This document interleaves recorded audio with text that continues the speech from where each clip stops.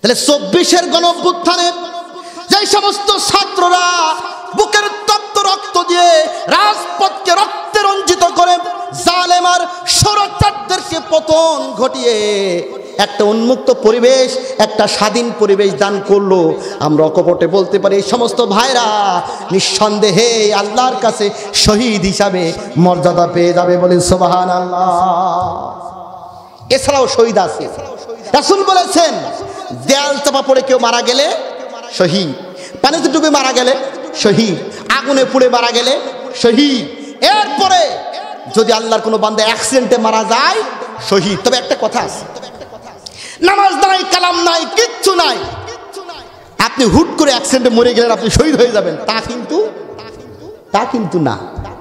একটা মানুষ 5 ওয়াক্ত নামাজ করে, নামাজ আদায় করে, বাস্তব জীবনে ইসলাম প্র্যাকটিস করে, ইসলামকে মানার চেষ্টা করে, এমত অবস্থা ওই ব্যক্তি মারা গেলে তাকে আল্লাহ তাআলা শহীদের মর্যাদা দিবেন। কিন্তু একজন ব্যক্তির নামাজ নাই, কালাম নাই, ওই ব্যক্তিকে আল্লাহ তাআলা শহীদের মর্যাদা দান করবেন না,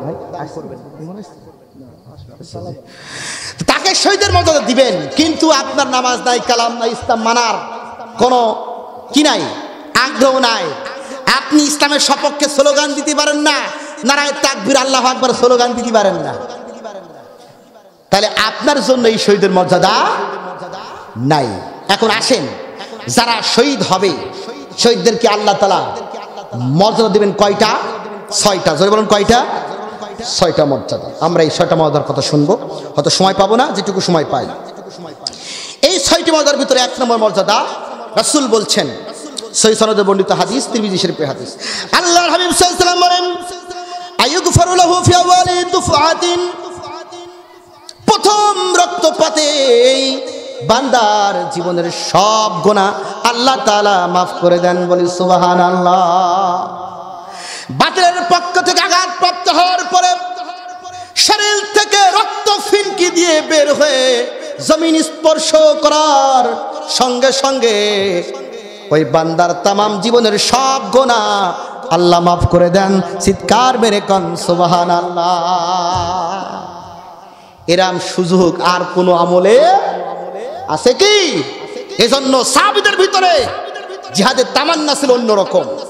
আমরা মিছিলে ডাক আসলে ভয় পাইতাম, মানুষকে খুঁজে পাওয়া যাইতো না, গরুর ঘাস কাটা হয় না, ডাক আসছে মিছিলে, গরুর ঘাস কাটতে হবে, এই কাজ সেই কাজ, কাজের কোনো অন্ত নাই, শেষ নাই। সাহাবায়ে কেরাম যুদ্ধের কথা শুনে তারা বিশ্বাস করতো রাসূল যে মর্যাদার কথা শুনিয়েছেন, যার কারণে বাসর রাত্রিতে স্ত্রীকে সময় না দিয়ে জিহাদের ময়দানে এসে শহীদ হয়ে গেছে, বলি সুবহানাল্লাহ। এটা সাহাবীদের আদর্শ আমাদের চোখের সামনে।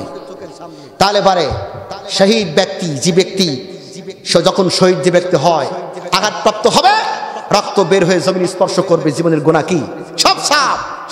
এরা মর্যাদা আমরা চাই না? চাই, কিন্তু আমরা জিহাদের মাঠে যেতে চাই না। জিহাদ কিন্তু শেষ হয় নাই, চূড়ান্ত জিহাদ সামনে এখনো আছে, অনেক পথ বাকি রয়েছে আমাদের সামনে। বাধার পাহাড়, সাথে বায়ে টলমল রক্ত নদী, মঞ্জিল মঞ্জিল দূর নয় দূর সাহসী, কদম কদম পথ চলো যদি, কদম কদম পথ চলো যদি। আল্লাহর বান্দারা 2 নম্বর মর্যাদা আল্লাহ দিবেন। আল্লাহর হাবিব সাল্লাল্লাহু আলাইহি সাল্লাম বলেন, ওয়া ইউরা মাকআদুহু মিনাল জান্নাহ, আল্লাহ তাআলা শহীদ ব্যক্তিকে যে জান্নাত দান করবেন, মৃত্যুকালীন সময় তার চোখের সামনে এই জান্নাতের ছবি উপস্থাপন করবেন, বলি সুবহানাল্লাহ। ওয়া ইউরা, তাকে দেখানো হবে, তাকে দেখাবে, মাকআদুহু, তার স্থান, মিনাল জান্নাহ, জান্নাতে যে স্থান দেওয়া হবে এই স্থান তার চোখের সামনে উপস্থাপন করা হবে। সময় খুব সংক্ষিপ্ত, একটা দৃষ্টান্ত আপনাদের কাছে শোনাই।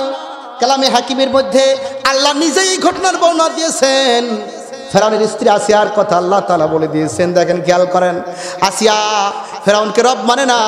ফেরাউন যখন জানতে পারলো আসিয়া আমাকে রব মানে না, আসিয়া তার প্রতি জুলুম শুরু করে দিল, নির্যাতন শুরু করে দিল। আহারে কি নির্যাতন! তার গিরিতে গিরিতে পেরেক মেরে দিল, এত কষ্ট, রক্ত নির্গত হচ্ছে। অনবর্ত